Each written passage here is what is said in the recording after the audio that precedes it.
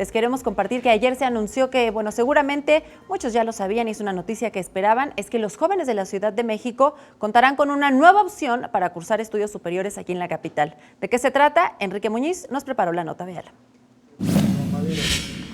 Aspirantes a cursar una licenciatura o posgrado en la Ciudad de México podrán realizarlo en el nuevo Instituto de Educación Superior Rosario Castellanos, que cuenta con 3 campus, uno en Azcapotzalco, uno en Coyoacán y otro en Gustavo Madero.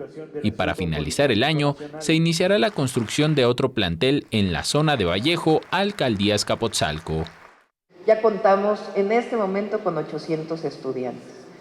Nuestro objetivo es que para este ciclo escolar que se abre en agosto-septiembre podamos tener 4,000 estudiantes de nuevo ingreso. El ingreso será a través de un curso propedéutico al que podrán inscribirse las veces que sea necesario. Los planes de estudio para las nuevas licenciaturas de Derecho y Seguridad Ciudadana, Desarrollo Comunitario para Zonas Metropolitanas y Desarrollo Comunitario para el Envejecimiento fueron diseñados en coordinación con la UNAM.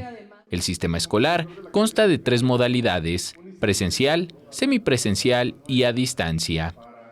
Estamos trabajando con la UNAM, con el POLI, con el Colegio de México, con la UAM, para que puedan ser carreras que tengan doble titulación.